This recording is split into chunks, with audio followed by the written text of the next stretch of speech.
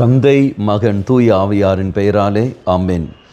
இயேசு கிறிஸ்துவின் அன்புமிக்க சகோதர சகோதரிகளை உங்கள் அனைவருக்கும் கிறிஸ்து இயேசுவின் அன்புகிற வணக்கத்தை தெரிவித்துக் கொள்கின்றேன். இது நமக்கு எல்லோருக்கும் தெரியும், நம்முடைய தாய் திருச்சபையானது புனித சூசேப்பருடைய விழாவை கொண்டாடுகின்றது, தொழிலாளருடைய தினத்தை கொண்டாடுகின்றது. அந்த சமயத்தில் மத்தேயு நற்செய்தி 13ஆம் அதிகாரம் 54 முதல் 58 வரை உள்ள திருவாக்கியங்கள், விசேஷமாக 58வது வாக்கியம், அவர்களுக்கு நம்பிக்கை இல்லாததால் அவர் அங்கு பல வல்ல செயல்கள் செய்யவில்லை. தொழிலாளர்கள் தினம் என்ற காரணத்தினால் நாம் செய்கின்ற பணிகளில் நமக்கு நம்பிக்கை இருக்க வேண்டும். நான் இந்த பணியை தானே செய்கின்றேன், இந்த வேலை தானே செய்கின்றேன், இந்த பணியில் எனக்கு வருமானம் இல்லையே, அதனால் என் குடும்பத்தை நான் நடத்த முடியாதையே, நான் மிகவும் கஷ்டப்பட்டிருக்கின்றேன், எனக்கு இன்னும் பணம் வேண்டும்.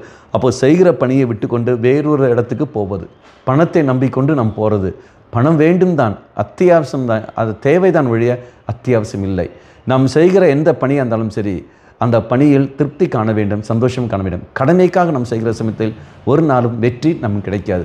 மாறாக அதை மிகவும் ஆத்மார்த்தமாக நாம் செய்கிற சமயத்தில் இதோ நமக்கு அங்கு வெற்றி நிச்சயம். அங்கு நாம் பார்க்கின்றோம். உதாரணம் எடுத்துக்கொள்ளுங்கள். வார்த்தை கூறுகிறது, கொலோசியருக்கு திரும்ப 3ஆம் அதிகாரம் 17ஆம் வாக்கியத்தில், நீ எதை செய்தாலும் இயேசுவின் நாமத்தினால் நீ செய், அப்போ அனைத்தையும் அவரும் வெற்றியாக மாற்றி தருவார். மீண்டும் நாம் வாசிக்கிறோம் நீதிமொழி புஸ்தகம் 3ஆம் அதிகாரம் 6ஆம் வாக்கியம், நீ எதை செய்தாலும் ஆண்டவரை மனதில் வைத்து நீ செய், அவர் உன் பாதைகளை செம்மையாக்குவார். அப்படி என்றால் நாம் செய்கின்ற பணிகள் அது அத்தனையும் தெய்வத்தின் மேல் பாரத்தை போட்டுக்கொண்டு, ஆண்டவரே இதோ நீ எனக்கு ஆரோக்கியம் தந்திருக்கின்றீர், எனக்கு புத்தியை தந்திருக்கின்றேன், எனக்கு திறமையை தந்திருக்கின்றேன், ஆக நீ எனக்கு தந்த அத்தனையும் இந்த பணி வழியாக, நான் செய்கிற இந்த சிறு பணி வழியாக உன்னை நான் மகிமைப்படுத்துகிறேன் என்று சொல்லிக்கொண்டு நாம் அந்த பணியை செய்கிற சமயத்தில் நிச்சயமாக அது எப்பேற்பட்ட பணியாக இருந்தாலும் சரி, அந்த பணி வழியாக நமக்கு நன்மைகள் கிடைக்கும், நம் வழியாக மற்றவர்களுக்கும் தெய்வம் நன்மையை கொடுப்பார். கண்களை மூடிக்கொள்ளுங்கள். நல்லவனாய தெய்வமே, உம்முடைய பணியை ஆர்வமுடன் நான் செய்ய சக்தி தந்துள்ளோம்.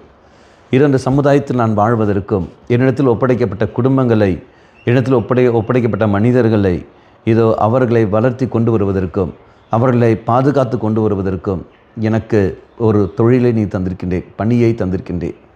அந்த பணியை ஆத்மார்த்தமாக செய்து கொண்டு உன்னை மகிமைப்படுத்த எனக்கு கிருபையை தந்துள்ளோம். கடமைக்காக அல்லாமல் முழு மனதோடு அன்போடு அந்த பணியை செய்ய கிருபை எனக்கு தந்துள்ளோம்.